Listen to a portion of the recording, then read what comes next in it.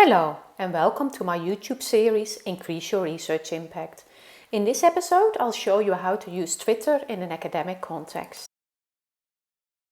So, the one that I really would like to spend a bit of time on is Twitter, because far fewer people are using Twitter apparently. It's the least used apart from blogging platforms. Twitter is really all about sharing with others. It's about sharing your own work and achievements, but as I said before, don't do only that, because you really look like a prat if you're doing that. And if you go through someone's Twitter profile and it's only ever about themselves, well, maybe it appeals to some people, it certainly doesn't appeal to me. You can also share useful links with your followers if you read something in a newspaper or a professional magazine that you think your followers will find of interest, or if you find a paper from someone else that you think they might find of interest, you can share it with your followers. If you get tweets from others, you can retweet them. I often retweet tweets from my colleagues if they're sharing something, so you share it with your network as well. But you can also just keep up to date with academic news. I follow a lot of journals, I follow a lot of academic organizations in my field, the Academy of International Business, the Academy of Management. So whenever there's news from that organization, I will get it through my Twitter account.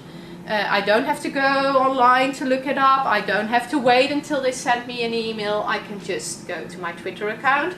And if I haven't logged in for a while, I might just go directly to that Twitter account to figure out whether they've posted something relevant recently. As I mentioned before when we talked about this, you need to have a goal with your Twitter account. Just about kind of randomly retweeting stuff and all of that, that's not going to be very useful, and you're going to be bored with that after a while. So decide what is important to you. You want to build a public profile on Twitter, you want it to be professional, you want it to reflect your research interest and what you care about. So in my case, I tweet about international business, which is my main discipline. I also tweet a lot about bibliometrics, because I do a lot of work in that field as well, and a large proportion of my followers work in that field because they're more active on Twitter and other social media than business academics. I tend also to tweet quite a lot about gender issues in academia, specifically in academia, because that is what I do work on and that is what I'm involved in. And I am tempted, sometimes to tweet about Brexit as well, but I try to keep that to a minimum, because I find it is usually quite distracting. What I do regularly is also retweeting stuff, as I said, from my colleagues. Unfortunately, there's only about half a dozen colleagues in the business school that have a Twitter account at the moment, so there's not a lot to retweet, but there is some. What I really didn't expect is the internal marketing benefit of Twitter, because my dean, Anna, and the Vice Chancellor are following me on Twitter. So whenever I have news, I don't have to send them an email, which I wouldn't do with the Vice Chancellor anyway, but might do occasionally with Anna. I can just tweet about it, and she will pick it up and she will retweet it to her followers. It's also internally in the organization a good way to keep informed of what others are doing, not just outside the institution. I've learned a lot about other people's research through following their Twitter accounts. So there is really an internal networking thing going on here as well. So let's have a look at Twitter. This is my Twitter account, and as you can see, I have been active since November 2015, so not very long yet. I reasonably active Twitter, but not overly so. I mean, there's some people who have like 30,000 tweets in that period, which I found a bit excessive. I have a reasonable amount of followers for an academic. Usually you struggle to get much above 1,000, 2,000 unless you have a particularly interesting research topic and you've been on there for 10 or 15 years, if it even exists for that long. What is most interesting here is tweet activity. You can see the impressions that your tweets have generated, and you can see that there wasn't a lot yesterday, which is because I didn't tweet yesterday. This morning I tweeted just before 8, I think, and instantly the number of impressions was going up, and then it's dying down because of course the tweets get lower in the Twitter feed, so less and less people are seeing it.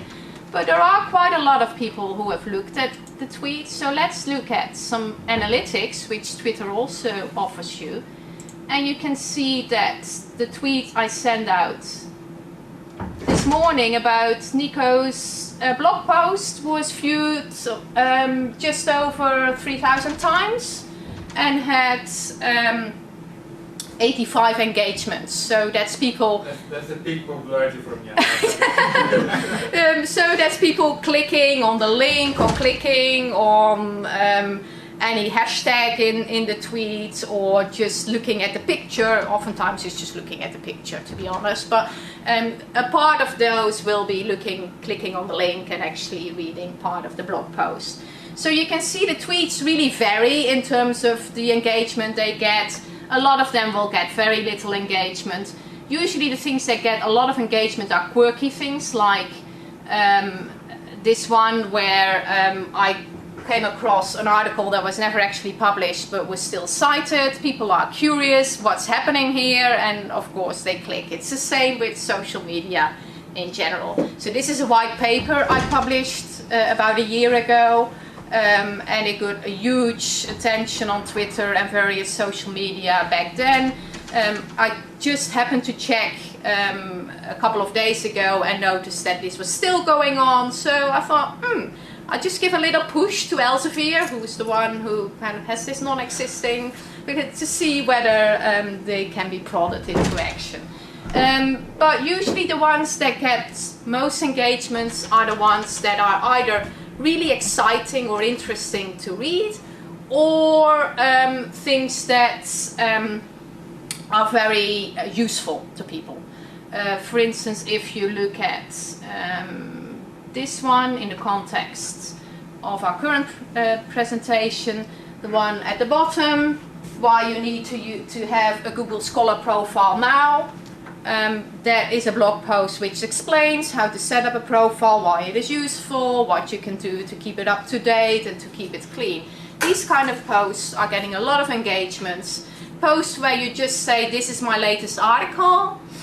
There might be some people in your field who are interested in it, but it's not generally something that is widely read unless you've written up a blog post about it. And then people will start reading the blog post, and from then they might start reading the article. Want to know more about how to use Twitter to increase your impact? Just read this blog post. You'll find it easily if you Google it. In the next episode, we'll talk about how to make the most of your Google Scholar profile. Hope to see you there.